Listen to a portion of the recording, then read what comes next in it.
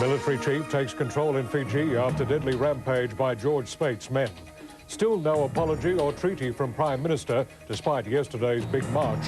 And deadly bite to Eastern Australia's big freeze. From National 9 News, this is Nightline with Jim Waley. Good evening. There were sudden and dramatic developments in Fiji's political crisis tonight. The chief of the country's armed forces declared martial law and assumed command of a military government. Commodore Frank Bainimarama suspended the power of President Ratu Sirkamasisi Mara, who has now voluntarily stood down from office for a month. The move by the military followed last night's rampage through the streets of the capital Suva by supporters of coup leader George Speight. Earlier today, Speight threatened to execute Ratu Mara's daughter, a minister in the deposed government, if the army attempted to storm the parliamentary compound. Simon Boda in Suva has the latest. After increasing violence in the capital Suva, Fiji's military finally took decisive action. The army announced it was taking control and was setting up checkpoints at strategic locations around the city. Channel 9, Australia. Channel 9. A 24-hour curfew was declared and soldiers were reportedly given the power to shoot on sight. The military muscle was finally flexed by Armed Forces Chief Commodore Frank Bainimarama. I have, with much reluctance, assumed executive authority of the country and henceforth declared martial law. This evening he announced he would take over as an interim leader. The primary objective of this government is to take the country towards peace and stability and well-being of Fiji and its people in the earliest possible opportunity. It's hoped Commodore Bainimarama's announcement will put to rest the lawlessness that has ruled Suva's streets since George Speight's attempted coup 10 days ago. The development came after armed supporters of coup leader George Speight roamed through the streets, all too ready to show their aggression, forcing the media to flee at their approach. Get in the car, get in the car. Oh my God. Jesus, go, go, go, go, go. Their main target was the local Fiji television station. Earlier, it had broadcast a program critical of Speight. His supporters were out for revenge. They rampaged through the building, tearing it apart. The station was forced off the air. Those inside managed to escape. It was like about 2 meters away from us, and all I could think was to run, and everybody ran. Other media representatives were forced back into their hotel as the gang walked past just meters away. During the night, the first fatality of the crisis, a police officer was caught in the gunfire and died later in hospital. Today, many of the international media left their hotel after hearing rumours of another attack by Speight supporters. At Fiji TV, employees found a newsroom smashed to pieces, their boss still determined to report the truth. We're in the news business, and in spite of the circumstances we're living in at the moment, it's a free country. Now that the military has finally and decisively moved, the ball appears in George Speight's court again. If the army stays loyal to its generals, either Speight will be forced to bow to the military might or head towards an ultimate collision course. But that's something no one wants, least of all the hostages still being held inside Fiji's parliamentary compound. In Suva, Simon Boda for Nightline. The actions over coming days of the new military leader could prove crucial in forestalling threatened international sanctions against Fiji. However, Australian Foreign Minister Alexander Downer said tonight it was too early to determine whether the latest developments would help bring about a rapid restoration of democratic rule, and our government will push ahead with strong action. Already, in the first major consequence of the coup, plans to send the Olympic torch to Fiji have been cancelled. After days of hard talk, finally, the threat. Restore democracy without delay, warned the Australian and New Zealand governments, or whether an immediate barrage of sanctions, suspended trade, reduced aid, and military ties severed. We would urge Australians to defer travelling to Fiji. That might not be possible anyway. Airline unions today slapped bans on Fiji-bound flights out of Sydney, refusing to load or refuel. And it's spread to the wharves. In Melbourne, 50 containers of cargo bound for Suva have been frozen on the docks. And the Maritime Union says its boycotts will not only intensify nationally, it's also called on waterfronts in the United States to support the action. And it's not all financial punishment. The government is also promising sporting ties will suffer, with tours and tournaments to be banned. Regardless, the planned Olympic torch run through Fiji has been cancelled after talks between Alexander Downer and SOCOG. Is very much of the view that the security situation in Fiji is inadequate. In New Zealand, diplomatic sentiment is just as strong. The government there threatening similar bans unless Spate surrenders. Then clearly those sanctions will be brought into effect. Their government's isolation of Fiji is also being given muscle by the unions. And although Kiwis are being told to avoid going there, some are still trying, desperate to rescue family. I have no contact with them so far. Hopefully I'll come back with them. Michael Usher for Nightline. Regretful, saddened, even sorry. That's how the Prime Minister says he personally feels about the past injustices to Aborigines in Australia. But even with the massive turnout at yesterday's Reconciliation March, he's still not prepared to offer a formal apology on behalf of the nation. Mr. Howard also rejected calls for a treaty as part of the reconciliation process, claiming it would divide the country. Laurie Wilson has our report. For many, it was the ultimate expression of what they believe is now the mood of the nation. Even the Prime Minister described Sunday's walk as a tremendous demonstration of the community's support for reconciliation. But while he says he shares the commitment for reconciliation, Mr. Howard won't be moved on the question of a national apology. We don't think it's appropriate for the current generation of Australians to apologise for the injustices committed by past generations. The Prime Minister says he is sorry, even regretful and saddened by past injustices against Aborigines, but he'll go no further. That's right, regret and sorry, but not apologise. Mr. Howard has also rejected calls for a treaty with Aboriginal Australia, claiming it would be divisive. A treaty will divide this country. Countries don't make treaties with themselves, they make treaties with other nations, and the very notion of a treaty in this context conjures up the idea that we are two separate nations. I think the Prime Minister's kidding himself if he thinks that a treaty is going to be divisive when you've already got division. Aidan Ridgway says, in fact, it needn't be a treaty, simply some form of document to define the relationship between black and white Australia. A treaty is one of many. It could be a compact, a makarata or an agreement, but the reality is that there must be some formal document. The opposition supports the idea, but admits it won't be easy. Obviously, a great deal of work has to be done on it. It's not an easy thing to organise because the question immediately arises, with whom should it be and what should its content be? Laurie Wilson reporting for Nightline. Icy weather continues to make its presence felt in eastern Australia. Plummeting temperatures and snow, stranding motorists, annoying farmers, and dramatically boosting heater sales.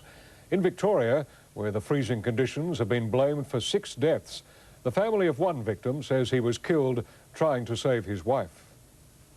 46-year-old Rodney Fountain, on a weekend four-wheel drive expedition, was struck by a tree while clearing the road. His wife Christine says he'd seen branches falling towards the vehicle she was in and tried to help. So he ran to me, calling my name, and he was trying to save me, and the branch did fall on the car and smashed the windscreen, but the top of the tree fell on him. The father of 2 was injured. Rescuers took more than 4 hours to reach him because of the dozens of trees that had collapsed under the weight of the snow. Trees just collapsing around us. And one of our fellows was actually lucky to be alive. He died on the way to hospital. 2 women and 2 men remain in hospital after another tragedy in which a 6-year-old girl watching the snow was also killed by a falling tree. In New South Wales, the severity of the cold snap caught people by surprise. So it's closed from here on, so you'd have to go to Katoomba. In the Blue Mountains, about 300 motorists were stranded on the Great Western Highway, while ice and snow also blocked many other roads. Some had to be ferried to emergency accommodation overnight. While the early winter was fun for some, farmers and livestock were ill-prepared. Yeah, pain in the neck, all right. 20 locations throughout New South Wales recorded their lowest May temperature ever. The Alps had almost a metre of snow over the weekend, but there's no guarantee of a bumper season. For all we know, that could be all gone by the time the ski season starts in just under 2 weeks. And the chilly conditions are creeping north, with temperatures around Queensland plummeting. The turn in Brisbane's weather caused a run on heaters. Unbelievable, yeah. Going out the door. Charities were also inundated with pleas for blankets and accommodation. Anna Corrin for Nightline. After the break, America's bad sports, increasingly accused of the most violent crimes, and Brewers go into battle with the government over the hidden GST slug on beer. July 1, your glass of draft beer will increase by up to 8%. Don't let the government get away with it. Shout. An elderly Melbourne couple are spending tonight in a hostel after being evicted from their home of 25 years for being unable to pay outstanding legal fees. Thomas and Faye Lynn found they'd accumulated $200,000 in legal bills, trying to recover $30,000 they'd entrusted to an accountant to invest. Mr. Flynn is 82 years old, Mrs. Flynn 73. They've appealed to Victoria's Attorney General to reopen their case, claiming they've been victimised. Australian brewers are fighting back against big increases in draft beer prices under the GST, today launching an advertising campaign targeting the government. The beer makers have accused Canberra of breaking an election promise and using a hidden excise to slug pub patrons. Brewery trucks carrying a slogan calling beer drinkers to arms roared around Parliament House today as MPs assembled for a new sitting, and executives from all Australia's top breweries launched an advertising campaign aimed at forcing a government back down on the tax slug that will mean an 8% price rise for beer sold across the bar. Raspberry lemonade, thanks, mate. Glass of water, thanks, Dave. And a cup of tea, thanks. Of a beer, thanks. On July 1, your glass of draft beer will increase by up to 8%. That's a bit steep, mate. Don't let the government get away with it. Shout. The big price hike for draft beer when the GST takes effect on July the 1st contrasts with a rise of just 1.9% in bottle shop prices. The brewers say it's not because of the GST, but because the government is making a tax grab by increasing the hidden excise on beer. Our research and our talking to the people says this is dynamite. The brewers claim the draft beer price rise breaches an election promise by the Prime Minister. Mr Howard denied that in Parliament this afternoon. Treasurer Peter Costello has accused the brewers of engaging in money politics. He'd know about money politics. The Tax Office admitted to a Senate committee today that the cost of the government's GST information campaign has now topped $400 million. Nearly $40 million of it is for those chain commercials, including $269,000 for Joe Cocker for the theme song. Unchain my heart. We are dealing with a massive change to our tax system. You're also dealing with a massive change to Mr Joe Cocker's bank account. Laurie Oakes for Nightline. New home buyers have been warned that the scramble to finish building work before the GST comes into effect could come back to haunt them. The rush has led to shoddy workmanship by some builders, and owners are urged to have their houses carefully inspected before final settlement. It's boom time for those in the building industry. The lead up to the GST pushing the number of building approvals up by 30%. And that's put more pressure on tradespeople to complete their work by July 1, when the new tax comes in. But some say that rush to finish jobs has not only pushed prices up, it's starting to show in the end product. A lot of problems in roofs, areas of carpentry work where the roof framing is not in accordance with codes and standards of workmanship. And it's the clients that end up paying. The consumer suffers in the long run because they pay the ultimate price. They end up with a commodity or a product which is a lot more expensive, and it's going to also be of a lesser quality. As for the builders, they admit many are under pressure, but the current problems are overstated. It does happen, but as I said, there is this warranty period and people can make a list of things that are wrong and the builder goes through and rectifies it. It's those who wait until after the GST who'll benefit. With interest rates on the rise, there should be a decline in demand for construction. And as a result, there'll be a lot more builders actually looking for work. Houses and construction renovations should be a lot cheaper. Rosemary Hamilton for Nightline. Prosecutors in Florida say a 13-year-old boy accused of shooting dead his English teacher should be tried as an adult and face an adult jail term. Nathaniel Brazel, a talented student and accomplished musician, had been sent home early for throwing water bombs in class. Police say he returned to the school soon after with his grandfather's semi-automatic pistol and shot teacher Barry Grunau in the head. Florida is one of a growing number of US states now trying adolescents as adults in cases of murder and other serious crimes. The number of such trials across the country has more than doubled in the past 15 years. Tragedy has soured the euphoria in southern Lebanon in the wake of last week's withdrawal by Israeli forces, with 2 teenage girls killed and 5 other people seriously injured by a landmine. They were in 2 cars travelling just north of the former Israeli security zone. The accident came on the same day the Red Cross and the Red Crescent distributed leaflets warning of mines. Meanwhile, antagonism remains high on the border, supporters of the Hezbollah guerrilla movement hurling rocks and abuse at Israeli soldiers who eventually responded with rubber bullets. At least 4 protesters were injured. As many as 1 million Ethiopians have packed the streets of the capital, Addis Ababa, rallying in support of the war against neighbouring Eritrea.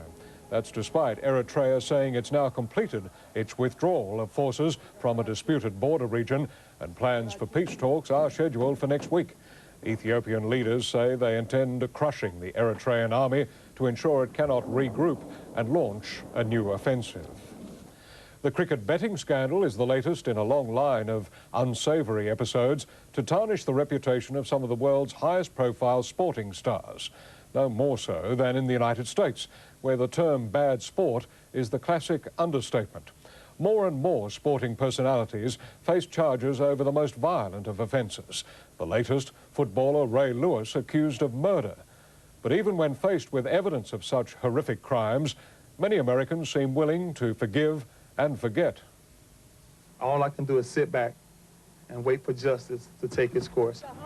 And these days, Lewis is not an isolated case. Time was when a Mike Tyson convicted for rape, that he was a rarity. But last month, one Ray Carruth, multi-million-dollar star player for the Carolina Panthers, was charged with murder after the brutal shooting of his pregnant girlfriend. Last week, one Mark Shimura, a tough guy player for the Green Bay Packers, he ended up in court for the sexual assault of a teenage babysitter. I think if you look at the last 12 months in the world of sports, you almost have to conclude that they are more violent. Such is the story on this side of the Atlantic that sports writer Lester Munson now specialises in athletes in crime. For him, stardom equals impunity. People like to help them stay out of trouble. People like to get them out of trouble. So they reach a certain point and they think they're immune. Certainly America's concluding there has to be a lesson from the likes of the O.J. Simpson case, or from Mike Tyson's for that matter. And the lesson is that the system which makes such people superstars often ignores right and wrong. Tyson, for example, has always loved a brawl out of the ring, let alone inside it. Indeed, he was up in court here not so long ago for attacking a motorist in a traffic jam. We tend to bend the line whenever it suits them. And so the problem is that when it's been done often enough, it does make that line between right and wrong a little gray. It's surely a sign of the big game's blind eye that as America went live from the courtroom, not the football stadium this past week, for the murder trial of that superstar player, Ray Lewis, his team issued a statement supporting him and expressing the hope that he'll be back in time for the opening match of next season. In a moment, the latest sport, including Jelena Dokic at the French Open, changes for Queensland for the final Rugby League's State of Origin, the woes continue for St Kilda, and a war of attrition on the track in the Italian Grand Prix.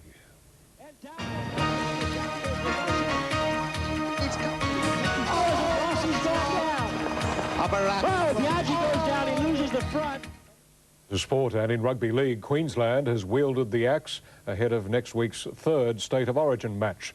Desperate to avoid a 3-0 series whitewash, the Maroons have made 4 changes to their side. With the series already gone, Queensland selectors could have chosen to blood new players with an eye to evening the score next year. They could have, but they haven't. The main consideration was to win the game for the coach, the players and Queensland. Gone from the Maroons lineup, Stephen Price, Paul Green, Russell Bowden and Jason Smith because of ankle problems. In their place, Chris McKenna and Craig Greenhill, with Aiken and Saylor recovered from their injuries. We've got to look at this. It's 2-0, and we dead set don't want it to be 3-0. The Blues name their lineup tomorrow. Their biggest worry, a possible suspension for Rodney Howe, charged over a high tackle at the weekend. In club news, the Matthew Johns issue continues to cause division within Newcastle ranks. Coach Warren Ryan today denying claims he influenced the decision not to offer Johns a contract. I've reinforced to Matthew that I've tried very hard on his behalf. And the Northern Eagles have escaped with a fine after briefly fielding 14 players against the Dragons yesterday. Earlier this year, North Queensland was stripped of competition points when their extra man stayed on for several minutes. The Eagles incident seen as less serious. Well, yeah, it was only a matter of seconds, and once it was noticed, it was rectified straight away. Mark Barlin for Nightline. To AFL, and things have gone from bad to worse for St Kilda. 2 star players booked today on video evidence. As well, a knee injury has sidelined Peter Spider Everett, although he says he's determined to be back before the season is over.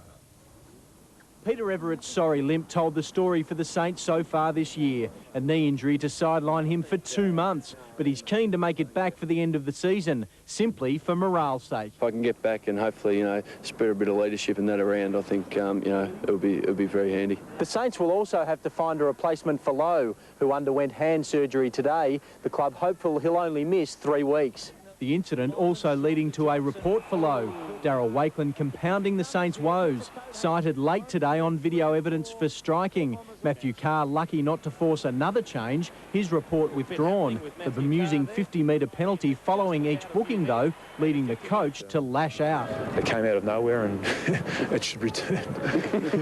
In tonight's only case, West Coast backman Glenn Jakovich was cleared after being charged with striking Carlton's Brett Ratton. No troubles for the Bulldogs, today still riding the wave of their remarkable success yesterday at Colonial Stadium, turning a 6-goal half-time deficit into a 4-goal victory. I mean, we come in at half-time, the play went absolutely berserk, with a few blokes and, just potted a few blokes, and everyone just thought they'd take it on their own back and stand up after half-time, and that's what we did. Winning 4 on end, the Dogs are now keen to put together a 4-quarter performance. I think we really got to have a look at our starts, and that's probably one part of our game that has let us down. At Richmond, a new week and new names on the injury list. Matty Rogers' knee to keep him out for 2 to 4. Aaron James sidelined for the Adelaide clash with a split hand webbing. Anthony Mithen for Nightline. The French Open is underway in Paris, and one of the first on court was Australia's Jelena Dokic. The teenager did it hard in the opening round, needing 3 sets to beat Tina Pišnik. Dokic came back strongly after dropping the first set, her ground strokes proving too powerful for her Slovakian opponent. Pišnik was able to save 2 match points in the final set, but the Australian sealed it on the 3rd. There was joy for the locals at the Italian 500cc Grand Prix today. Loris Capirossi took the flag in an incident-packed race. Australia's Gary McCoy didn't make the distance. Before the main event, Australia's Michael Doohan was honoured as the first inductee into motorcycling's Hall of Fame, as the 125cc's provided an entree of thrills and spills around the track. In the 500cc's, the tumbles continued. Alex Creville and Alex Barros crashed out, followed by Australia's Gary McCoy. 1 lap out, Valentino Rossi regained the lead from Loris Capirossi. Rossi now leads. Moments later, Rossi's gone down. Max Biaggi slipped in front on the final lap before Capirossi collared him. Biaggi then blew his last chance of winning. Oh, Biaggi goes down, he loses the front. Carlos Checa's second placing lifted him alongside Kenny Roberts in the Riders' Championship. At the Indianapolis 500, dream time for pole sitter Greg Ray, as rain delayed the race for 3 hours. He crashed twice. Lynn and Sarah get together. And the only 2 women, Lynn St. James and 19-year-old Sarah Fisher, knocked each other out. Colombia's Juan Montoya led for all but 33 of the 200 laps, becoming the first to win on debut since Graham Hill in 1966. And in golf, Australia's Richard Green is in contention at the British PGA at Wentworth. He's at 10 under par with 5 holes to play in his 3rd round, 2 strokes behind defending champion Colin Montgomery. Charles Christian for Nightline. And still to come on Nightline, the finance and the national weather.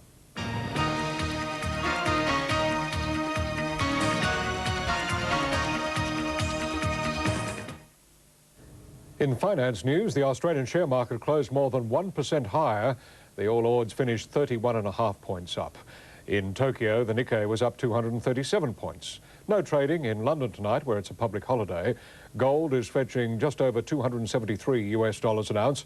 And in European trading tonight, the Australian dollar is buying 57.34 US cents, 61.8 euro cents, 61.5 yen, and 38.5p. The national weather and the cold snap continues across much of southeastern Australia with an intense low bringing strong winds and icy conditions. A high in the Bight is influencing much of central and western Australia, while another cold front is approaching the southwest. The forecast, windy but fine for Darwin, cool and sunny in Brisbane, fine but cold for Sydney, showers and possible snow in Canberra, showers and windy for Melbourne and Hobart, showers in Adelaide, and for Perth, showers with cloud increasing tomorrow. And that's the news this Monday night from all of us here at Nightline. Good night.